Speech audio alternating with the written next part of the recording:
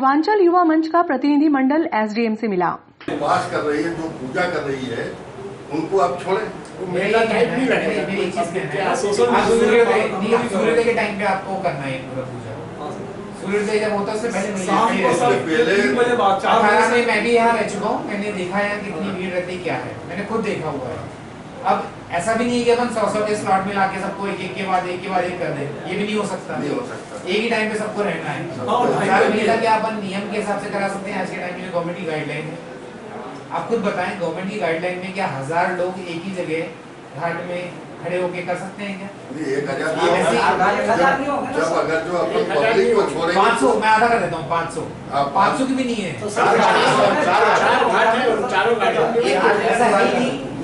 पूर्वांचल युवा मंच के तत्वाधान में समाज जनों का एक प्रतिनिधि मंडल छठ पर्व को लेकर एसडीएम गोस्वामी से मिला, जिसमें प्रतिनिधि मंडल ने सोशल डिस्टेंसिंग का पालन करते हुए चंबल नदी के चारों घाट पर सिर्फ महिलाओं को जाने की अनुमति देते हुए धार्मिक रीति रिवाज पूर्ण करने की बात कही। हमने 18 में भी बहुत अच्छे से मनवाया, मैं खुद था, 19 में भी मनाया बहुत अच्छे से, और मैं जानता हूँ ये बहुत अच्छे लेवल से धूमधाम से मनाया जाता है। शासन प्रशासन ये चाहता है कि ये त्योहार ना मनाया जाए, ऐसा बिल्कुल भी नहीं है। लेकिन ये जो समय जो आ रहा है जिससे हम जूझ रहे हैं महामारी से, क्या उसमें ये पॉसिबल है? क्योंकि एक ही जो बनता है, जो स्ट्रक्चर जो बनता है, उसके बाद में 5-6 महिला बैठती है, फिर नदी में जब खड़ी होती है, आसपास बहुत होती है।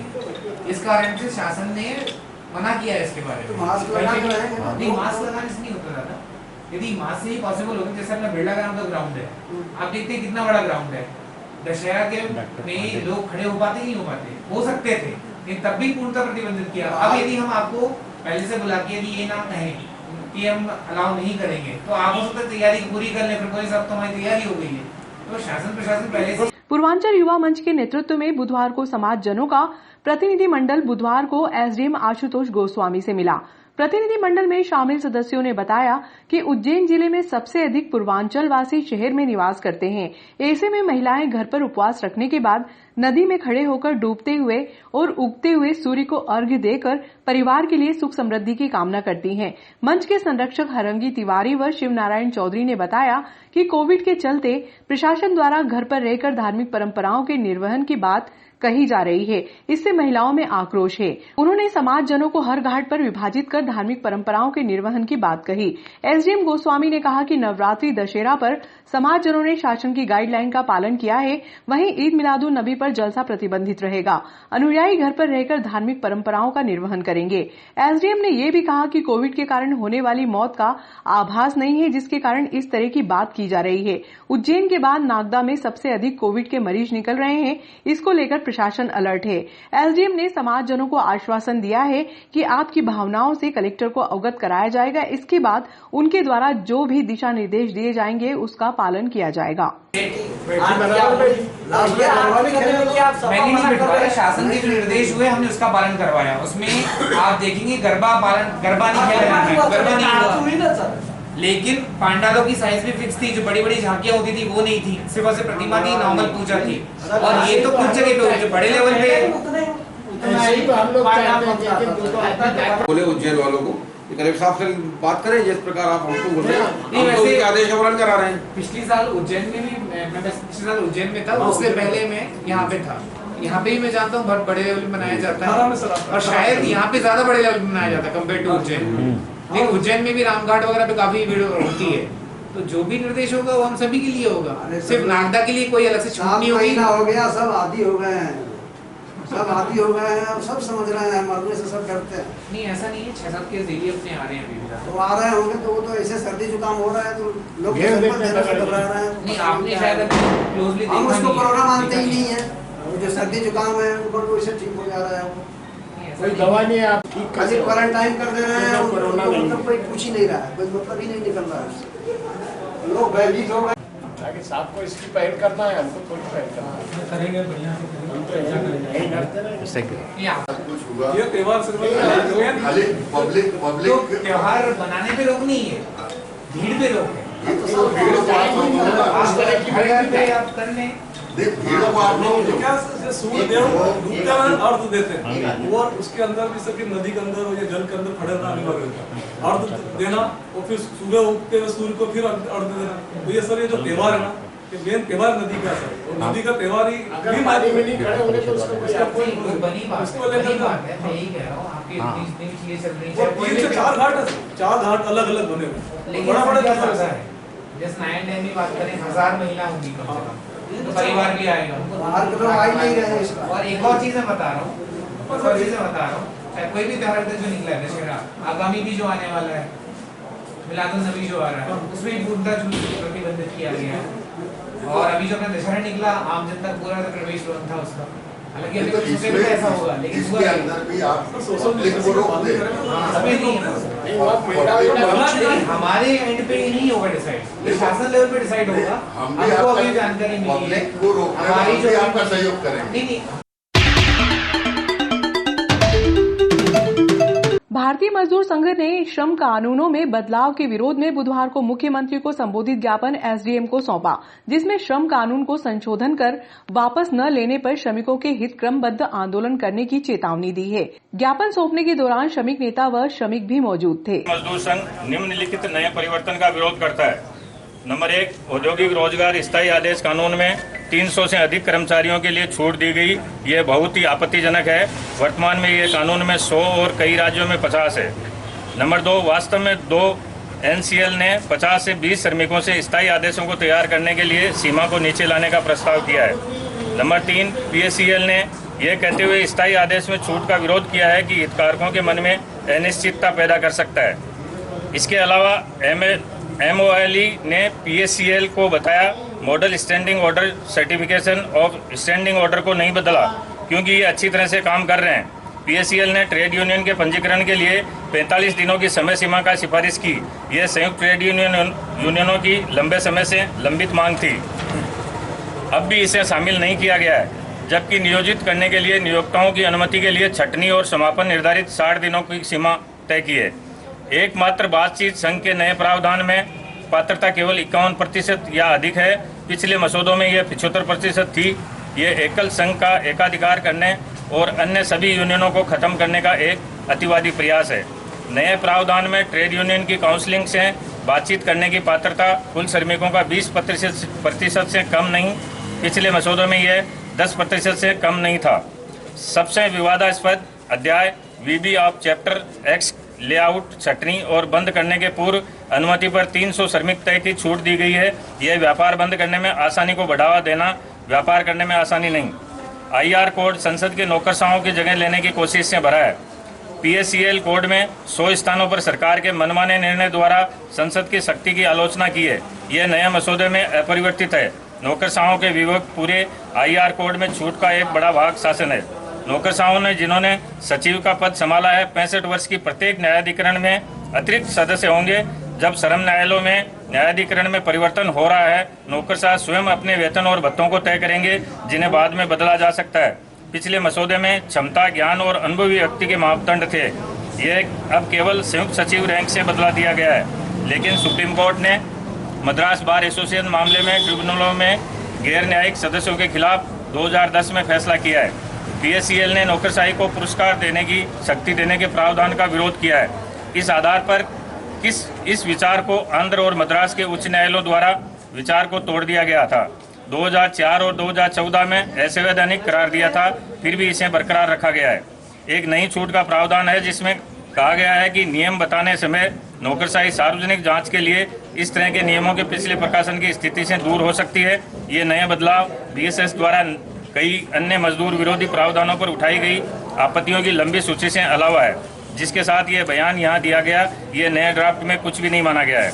अतः भारतीय मजदूर संघ नागदा जिला उज्जैन उपरोक्त परिवर्तन का विरोध करता है एवं इस ज्ञापन के माध्यम से निवेदन करता है कि उपरोक्त परिवर्तन निरस्त किए जावे। धन्यवाद। इधर देखिएगा।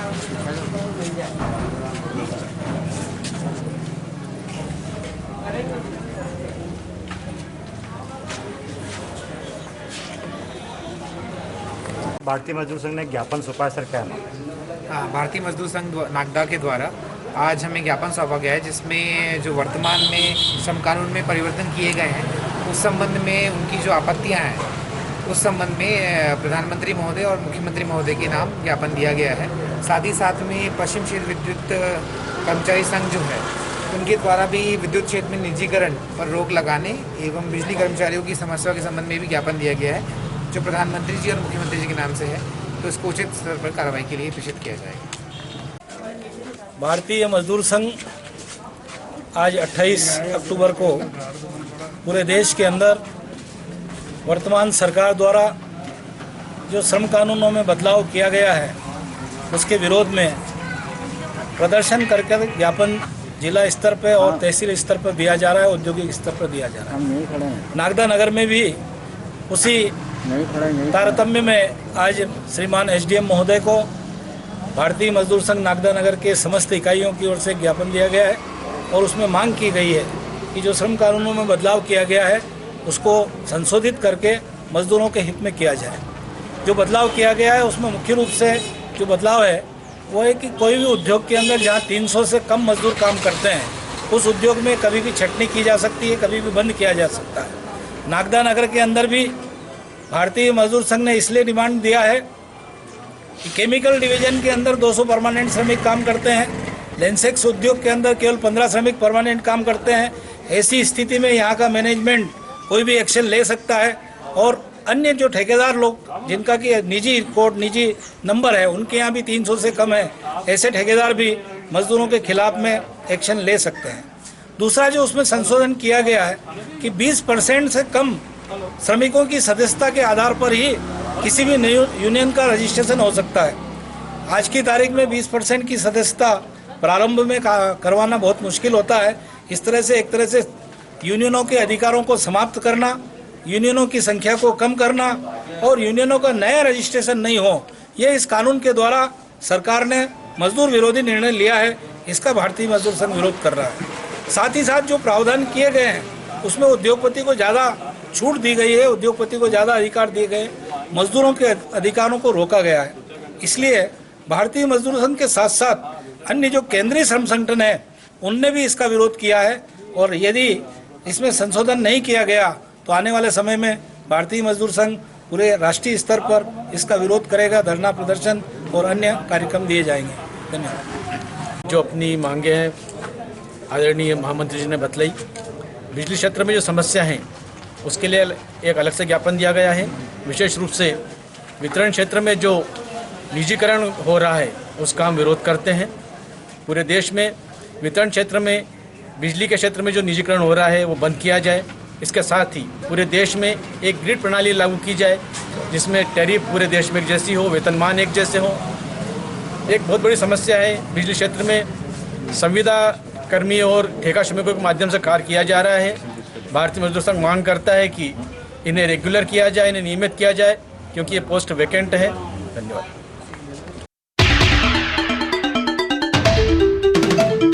नेशनल इंटीग्रेटेड मेडिकल एसोसिएशन के राज्य उपाध्यक्ष के नेतृत्व में BAMS चिकित्सकों ने SDM को ज्ञापन सौंपा। ज्ञापन में CMHO व मेडिकल ऑफिसर को पैथी के संबंध में कार्रवाई करने का कोई अधिकार नहीं है।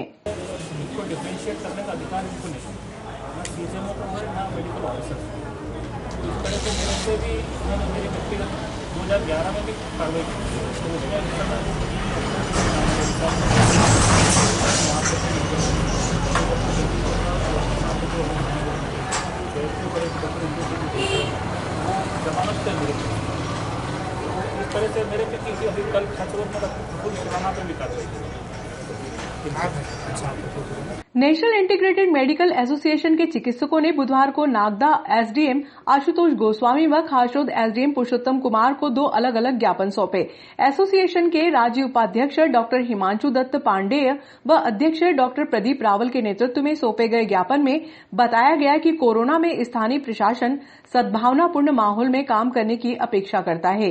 वहीं स्वास्थ्य विभाग के अधिकारियों व मेडिकल ऑफिसर्स के कहने पर हम उपाधि धारक चिकित्सकों पर कार्रवाई करने को तैयार रहते हैं। कार्रवाई के दौरान पैथी के विरुद्ध भी आयुर्वेद एलोपैथ में विभेद करने लगते हैं। चिकित्सकों ने बताया कि CMHO व मेडिकल ऑफिसर को पैथी संबंध में कार्रवाई करने का कोई अधिकार नहीं है। उनको अंधेरे में रखकर पैथी के विरुद्ध भी आयुर्वेद एलोपैथ में विभेद करने लगता है, जबकि स्वास्थ्य विभाग के जिला मुख्य चिकित्सा अधिकारी CHMO एवं मेडिकल ऑफिसर को पेथी संबंध में कार्रवाई करने का कोई अधिकार नहीं है।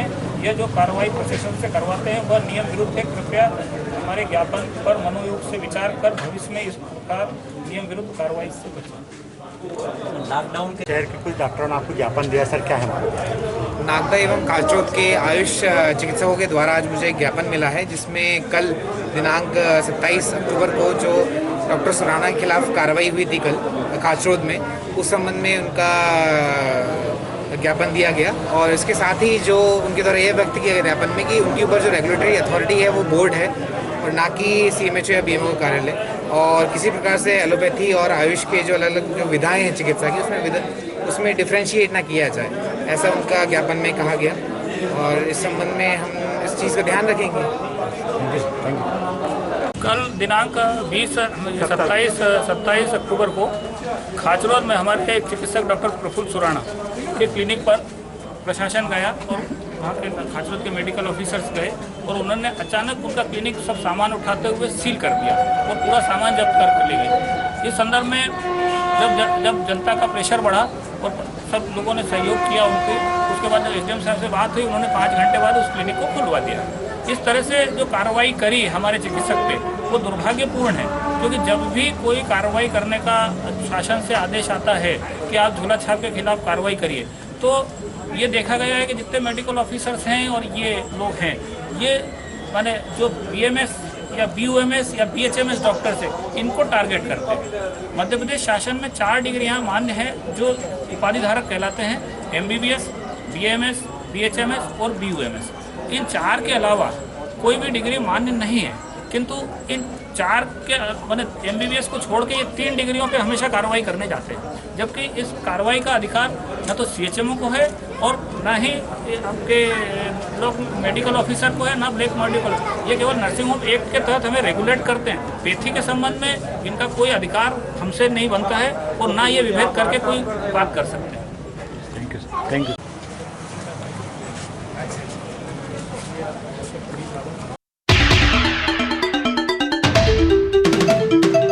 खाद की कमी होने से किसानों को परेशानियों का सामना करना पड़ रहा है। खाद की कमी का फायदा उठाते हुए शहर के कुछ व्यापारियों द्वारा किसानों से अधिक मूल्य वसूला जा रहा है। कांग्रेस कार्यकर्ताओं ने ज्ञापन देकर खाद की कालाबाजारी करने वाले व्यापारियों के गोदाम चेक कर व खाद की कमी को दूर करने की मांग की। यूरिया भरावा भारतीय जनता पार्टी के नेता या उनके कार्यकर्ताओं द्वारा यूरिया ब्लैक में किया जा रहा है, जबकि यूरिया का भाव 200 से 250 रुपए के आसपास है और वही यूरिया किसानों को 450, 350 में अवेलेबल हो रहा था। आज हम SDM साहब से मांग करते हैं कि इसकी जांच कराए और यूरिया किसानों को उपलब्ध करवाए। ये सब ज्ञापन दे रहे हैं।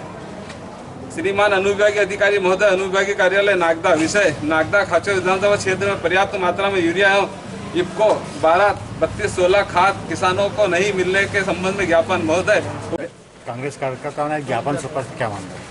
शहर कांग्रेस कमेटी नागदा के द्वारा आज मुझे एक ज्ञापन मिला है, जिसमें खाद एवं इफको यूरिया की कमी के संबंध में कुछ मांगे की गई हैं कि पर्याप्त मात्रा में यहाँ पर खाद उपलब्ध नहीं कराया जा रहा है। इस संबंध में कृषि विस्तार अधिकारी और जो कृषि संबंधित अधिकारी रहेंगे, खाद्य वाले जो अधिकारी हैं, उन संबंधित अधिकारियों से बात करके इसकी उपलब्धता यहाँ पर सुनिश्चित कराई जाएगी, जिससे किसान हित में आवश्यक खाद जरूर इस क्षेत्र में उपलब्ध की जाए। Thank you sir.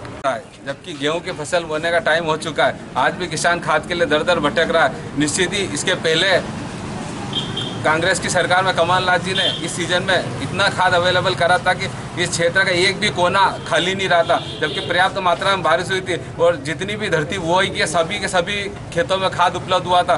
क्या कारण है कि जब से भारतीय जनता पार्टी का शासन हुआ तब से इस क्षेत्र के किसानों को खाद के लिए दर दर भटकना पड़ रहा है। वर्तमान में सत्ता में भारतीय जनता पार्टी किसके लिए काम कर रही है ये समझ में नहीं आता। किसानों की जो पिछली फसल थी सोयाबीन की, अतिवर्षा में वो फसल खराब हो गई, उसके मुआवजे की राशि आज तक किसानों को नहीं मिली। शिवराज सिंह चौहान जी या मध्य प्रदेश शासन द्वारा किसानों को मोबाइलों पे मैसेज जरूर पहुंचा दिए गए कि आपकी राशि आपके खाते में आई, और वो भी राशि हम देखें जो मैसेज आया है तो किसी को 5 रुपये, किसी को 7 रुपये फसलों का बीमा मिल रहा है। अब रही आस गेहूं और चने की फसल पे थी, तो यूरिया की उपलब्धता कम करा दी गई है। एक सुनियोजित षड्यंत्र है। भारतीय जनता पार्टी जो चंद दलाल, उद्योगपति और पूंजीपतियों के इशारे पर, उनकी बिकी हुई पार्टी है, उनके इशारों पर किसानों को परेशान किया जा रहा है। यूरिया की उपलब्धता बाजार में शासन प्रशासन द्वारा रोक दी गई और दलालों के माध्यम से वही यूरिया की ब्लैक मार्केटिंग हो रही है। किसानों को जो यूरिया शासन से 200-250 रुपये में मिलता है, वो ब्लैक मार्केटिंग में 450-500 रुपये भारतीय जनता पार्टी के दलाल लोग बेच रहे हैं। ये स्पष्ट बताता है कि भारतीय जनता पार्टी इस प्रदेश को, देश को बेचने के लिए शासन कर रही है। भारतीय जनता पार्टी से किसान, युवा, श्रमिक कोई भी आज के वर्तमान परिस्थितियों में खुश नहीं है। दीपावली जो हमारी हिंदू संस्कृति का त्यौहार है, विजयादशमी जो हमारी संस्कृति का त्यौहार है, उन त्योहारों को फीका करने का काम भारतीय जनता पार्टी द्वारा किया गया। कोरोना की आड़ में जिस तरह से आम जनता पर महंगाई का बोझ लादा जा रहा है, आम जो वस्तुएं, उपयोग की वस्तुएं, किराने की और जो दैनिक उपयोग में वस्तुएं आती है आम जनता के, महंगाई चरम पर है। किसानों की समस्याओं को लेकर दिलीप गुजर जी के नेतृत्व में हमारे कार्यकर्ता गोस्वामी जी, राधे जायसवाल जी और समस्त वरिष्ठ कांग्रेस जन आज किसानों की जो समस्या है, खाद के लेकर जो कालाबाजारी इस प्रदेश में चल रही है शिवराज सरकार के, इसका कांग्रेस, शहर कांग्रेस इनको विरोध करती है। प्रदेश के अंदर भाजपा की सरकार स्थापित हुई है। जब जब किसान, मजदूर बेहाल हो जाता है, पहले हुई थी मंदसौर कांड, किसानों को गोले से भून दिया गया था, और आज किसान फिर लाचार है, दुखी है खाद, बीज, यूरिया से। पहले व्यापारियों को खाद के गोदाम सब भर दिए हैं और सोसाइटी पूरी खाली पड़ी है, और जो सोसाइटी सेटिंगबाजी में चल रही है व्यापारी की, उसी सोसाइटी में खाद आता है और 1-2 गाड़ी पहुंचा के संतुष्ट करते हैं। हमारे ब्लॉक कांग्रेस कमेटी के द्वारा, शहर कांग्रेस कमेटी के द्वारा किसानों की जो पीड़ा है वो माननीय अनुविभागीय अधिकारी को बताई गई है। खाद नहीं मिल रही है, बिजली के कनेक्शन भी जो शिवराज सिंह के टाइम पर 3,000-4,000 पर होते थे, वो 18,000 रुपये, 15,000 रुपये मांगे जाते हैं। खासरोद में उस वक्त डॉक्टरों में हड़कंप मच गया जब स्वास्थ्य अधिकारी डॉक्टर पटेल, अपर तहसीलदार अर्पित मेहता और एसआई महाराज सिंह बघेल पुलिस बल के साथ झोला छाप डॉक्टर्स की क्लिनिक पर कार्रवाई करने पहुंचे।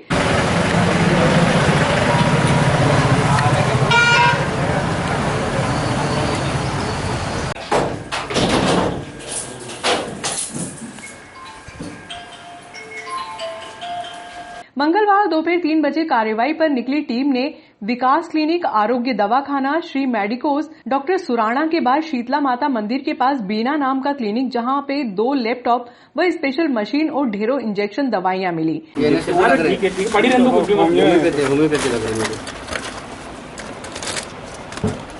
झोला छाप डॉक्टर्स को टीम की जानकारी लगते ही क्लिनिक पर बॉटल लगे हुए महिला मरीज को छोड़कर ही भाग खड़े हुए, जिनकी बॉटल शासकीय डॉक्टर्स ने निकाली। कुमारवाड़ी से। तो यहाँ का एड्रेस किसने दिया आपको? इनका नाम क्या है? उनका नाम क्या? रीता भाई है क्या? पेशेंट का भी लिख लो। उसमें पेशेंट का नाम आ रहा है। क्या नाम? देखते हैं नाम वाले कैसा है। क्या हो इधर? मशीन पे ले लेना।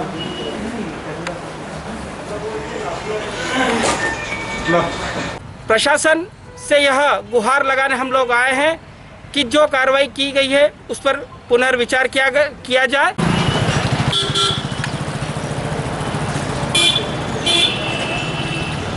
स्वास्थ्य विभाग की टीम ने उन डॉक्टर्स की क्लिनिक पर भी कार्रवाई कर दी जिन्होंने कोरोना काल में अपनी डिग्री के अनुसार निःशुल्क जनता की सेवा की थी, जिनके पक्ष में शहर के नागरिकों ने एसडीएम को ज्ञापन सौंपकर कार्रवाई पर पुनर्विचार करने की मांग की और उन फर्जी झोला छाप डॉक्टर्स पर सख्त कार्रवाई करने की मांग की है जो उनके क्षेत्र की भोली जनता के स्वास्थ्य के साथ बिना डिग्री के नाम के खिलवाड़ कर लूट रहे हैं। ये दवा गलती थी नहीं है? अच्छा तो काय से गिर गया था ये? मोटरसाइकिल वाला ठोक गया था। जो डिग्री लेके बैठे जिनसे अपन ने लॉकडाउन में कोरोना कॉल के अंदर सेवाएं ली है, उन जैसे डॉक्टर के जाके उनकी छवि को खराब करना कहाँ तक उचित था सर? मैं जानकारी लूँगा इसकी।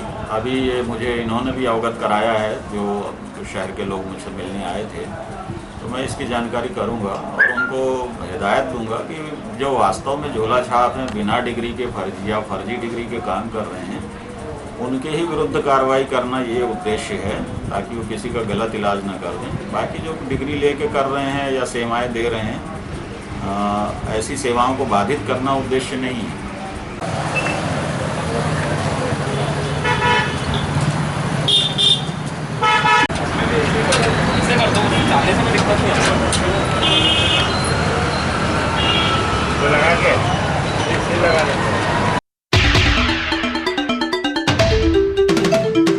आलोट के राम सिंह दरबार रोड ईदगाह के सामने स्थित ट्रेचिंग ग्राउंड पर बनाए गए नगर की शान सुंदरवन प्रशासन की अनदेखी के कारण दिन ब दिन उजड़ता ही जा रहा है। सुंदरवन प्रोजेक्ट पूर्व परिषद अध्यक्ष श्रीमती विष्णु कुंवर सोलंकी के कार्यकाल में पिछली कांग्रेस की परिषद व नगर वासियों के सहयोग से इसका निर्माण किया गया था। इसमें लगभग 5100 पौधे लगाए गए हैं। अब ये प्रशासन की अनदेखी से उजाड़ होते जा रहे हैं। पेड़ पौधों के आसपास कचरा डालने व जलाने से सुंदरवन के कई पौधे जलकर नष्ट भी हुए हैं।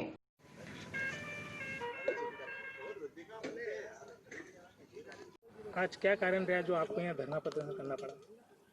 हमारे कार्यकाल में जब श्रीमती विष्णु कुंवर जी सोलंकी इस नगर परिषद की अध्यक्ष थी और हम सब हमारे पार्षद साथी मुकेश भाई, यूसुफ भाई, मुमताज भाई, हम सभी पार्षद साथी जब पार्षद थे, तब इस सुंदरवन की स्थापना तत्कालीन प्रभारी मंत्री श्री सचिन यादव जी के कर कमलों द्वारा की गई और उसके बाद हमारे कार्यकाल के ख़त्म होने के बाद में प्रशासन की उदासीनता के कारण और नगर परिषद का जो भी प्रशासनिक अमला है, इनकी उदासीनता के कारण ये सुंदरवन उजड़ने की स्थिति में आ चुका है। यहाँ पर जो घास काटी गई है सुंदरवन के अंदर, वो घास को पौधों के नज़दीक ही जला दिया गया है, जिसके कारण कई पौधे जल गए हैं।